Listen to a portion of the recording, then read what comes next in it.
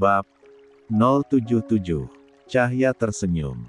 Meski rasanya masih aneh dia dan Gracia bisa berbincang tanpa nada. Sinis sama sekali, tapi yang jelas Cahya bersyukur. Terima kasih, semoga kamu juga dilancarkan persalinannya nanti. Riko langsung tertawa mendengar doa Cahya. Halah, dia kalau lahiran ngeden sendiri terus operasi sendiri, guraunya. Cahya tertawa pelan, terdengar lucu mendengar candaan Riko. Sementara Gracia langsung melotot ganas kepada sang suami. Usai berbincang-bincang santai sebentar, Riko dan keluarganya kemudian pamit pulang. Esok harinya, perawat yang menjaga bayi Cahya mengabarkan bahwa kondisi bayinya sudah kuat dan bisa dikeluarkan dari inkubator. Bayinya akan segera dibawa ke ruangan Cahya. Saat itu, Cahya benar-benar bahagia melihat anaknya untuk pertama kali. Ketika bayi itu diletakkan di dadanya, jemari mungil sang bayi langsung menggenggam erat jari Cahya seolah mengerti bahwa sekarang dia berada di pelukan ibunya. Selamat datang, anakku sayang, bisik Cahya terharu. Ini adalah pertama kalinya Cahya menyusui sang anak. Untungnya meski baru Rahmat dari koma, ASI milik Cahya tidak macet jadi dia bisa memberikan asupan nutrisi untuk sang anak. Bayi Cahya menyusu dengan lahap. Sesekali, Cahya mengerit merasakan dadanya sakit dari proses menyusui pertama kali, tetapi dia tidak mengeluh. Justru dia bersyukur bisa memberi asupan nutrisi untuk anak yang selalu dia nanti-nantikan kelahirannya. Rahmat mengusap kepala Cahya. Dia juga ikut terharu melihatnya. Akhirnya impian mereka terwujud. Menjadi keluarga yang lengkap tanpa kurang suatu apapun. Ya meski prosesnya cukup sulit. Selesai menyusu, bayi Cahya dipindahkan ke tempat tidur bayi. Di luar, Pandu datang lagi untuk menjenguk. Memang di antara rekan-rekan tentara Rahmat, hanya Pandu yang bolak-balik menjenguk ke rumah sakit. Kali ini, dia membawa parsel buah dan langsung menyerahkannya kepada Rahmat. Wow, harusnya aku bawa parsel susu. Ternyata parsel buahnya udah banyak, ucap Pandu. Rahmat tertawa pelan. Nggak apa-apa, terima kasih sudah repot-repot membawa ini.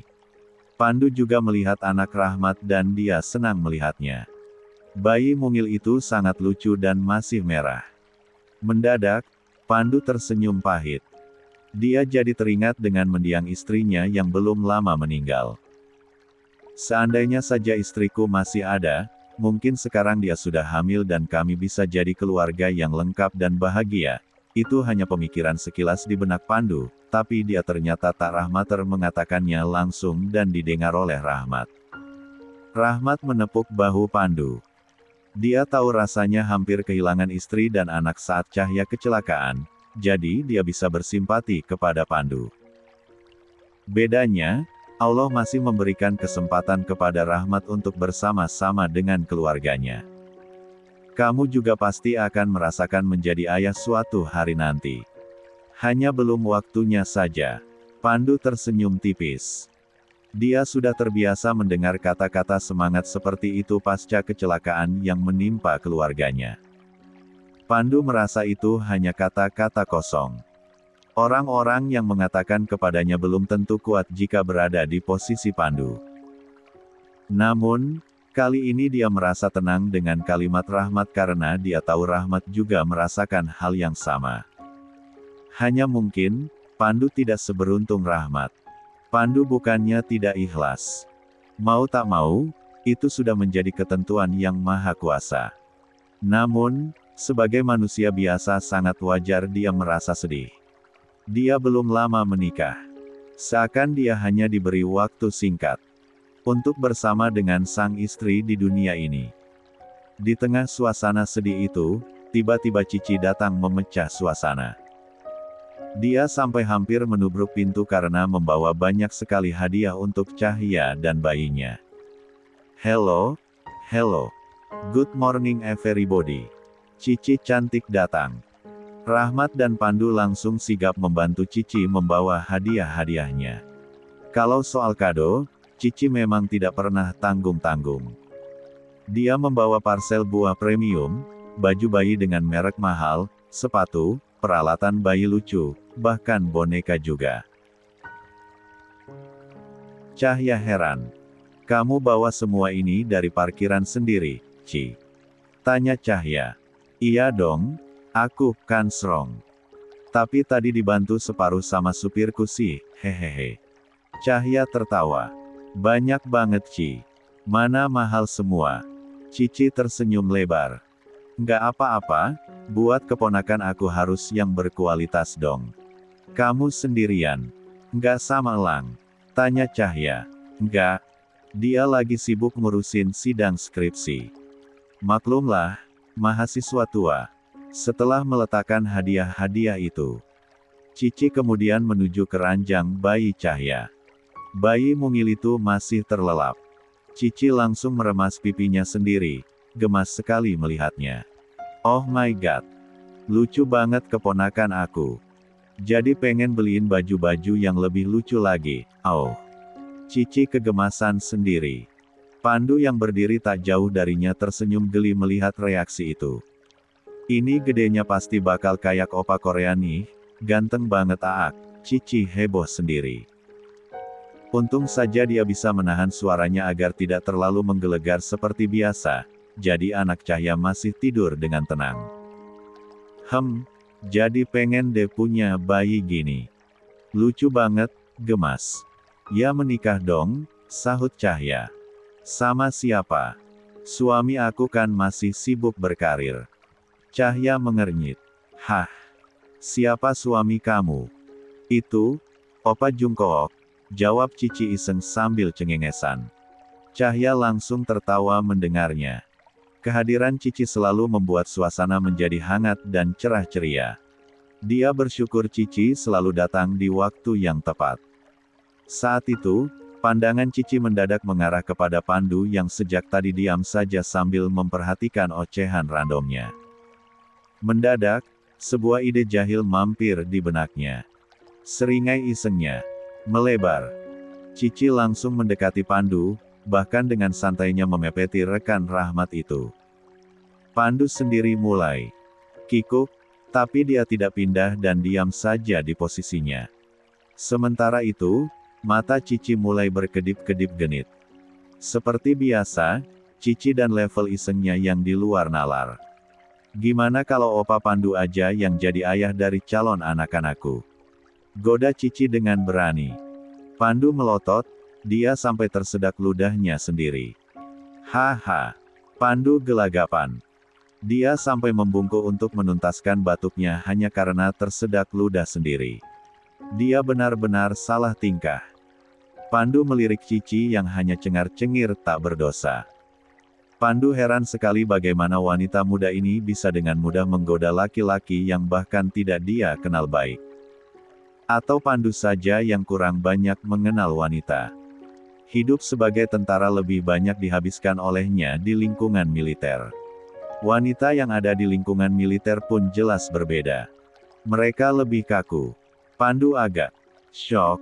Udah, Ci. Kamu ini kalau iseng nggak nanggung-nanggung, ucap Cahya. Cici menggeleng, mengabaikan ucapan Cahya. Dia malah semakin memepet Pandu dan merangkul lengan pria itu. Senyum cerianya tidak hilang sama sekali. Kapten, cocok nggak aku sama Opa Pandu? Tanya Cici kepada Rahmat. Rahmat yang sejak tadi hanya tersenyum geli langsung mengacungkan ibu jarinya tanda setuju dengan Cici. Pandu melotot kaget melihatnya. Bisa-bisanya Rahmat ikut-ikutan dalam kejahilan Cici. Pandu yang dirangkul seperti itu malah semakin kaku seperti batang pohon, dia tidak bergerak sama sekali. Bahkan untuk menarik napas saja rasanya susah. Tuh, udah direstuin sama kapten. Jadi, kapan mau lamar aku? Pandu memaksakan senyum. Dia tidak tahu harus merespon seperti apa.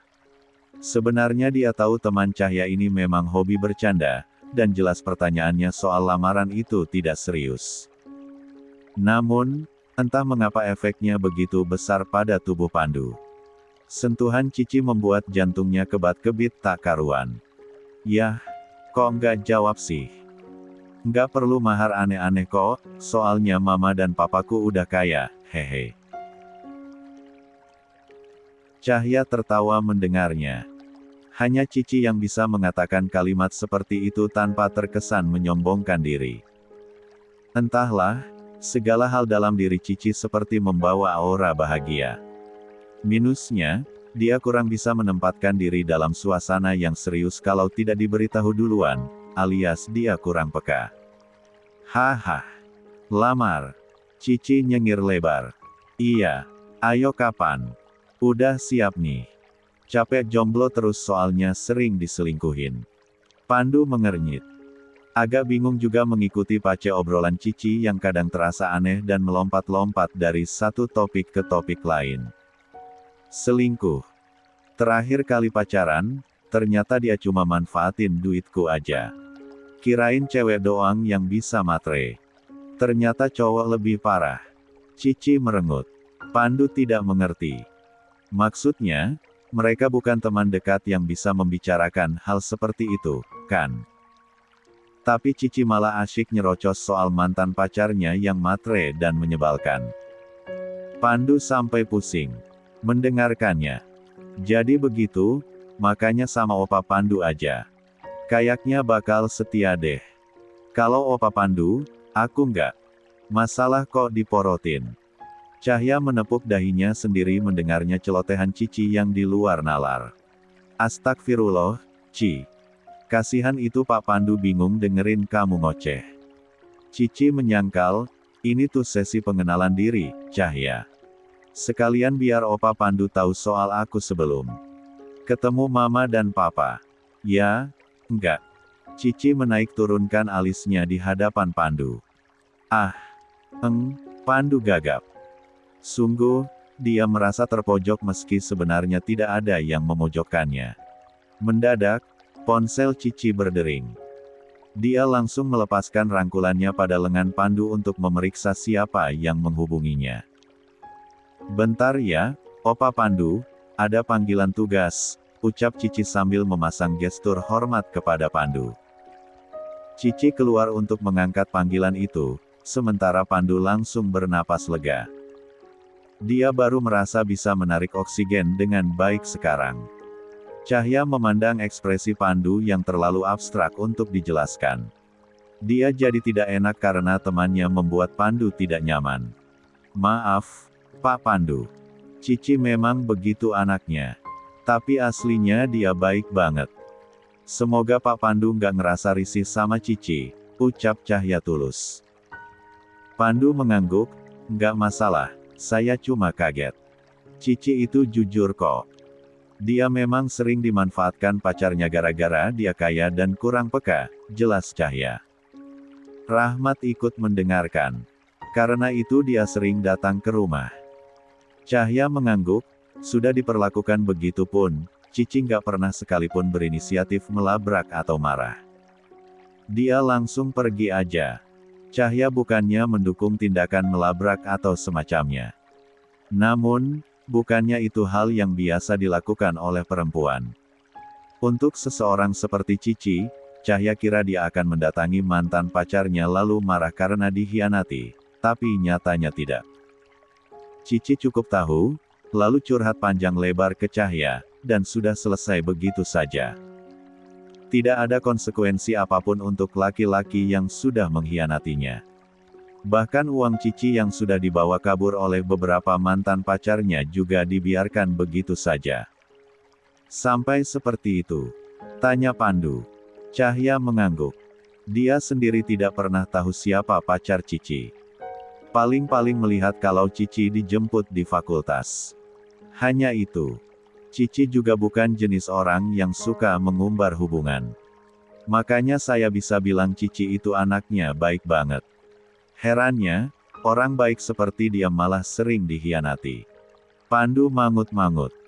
Pandangannya kepada Cici selama ini sangat sederhana, hanya seorang wanita muda ceria dari keluarga kaya raya. Namun, setelah mendengar sedikit cerita dari Cahya, Pandu merasa melihat sisi lain dari Cici. Bagi sebagian orang pacaran mungkin hal yang sepele. Kalau putus, ya sudah selesai. Toh, tidak ada ikatan resmi.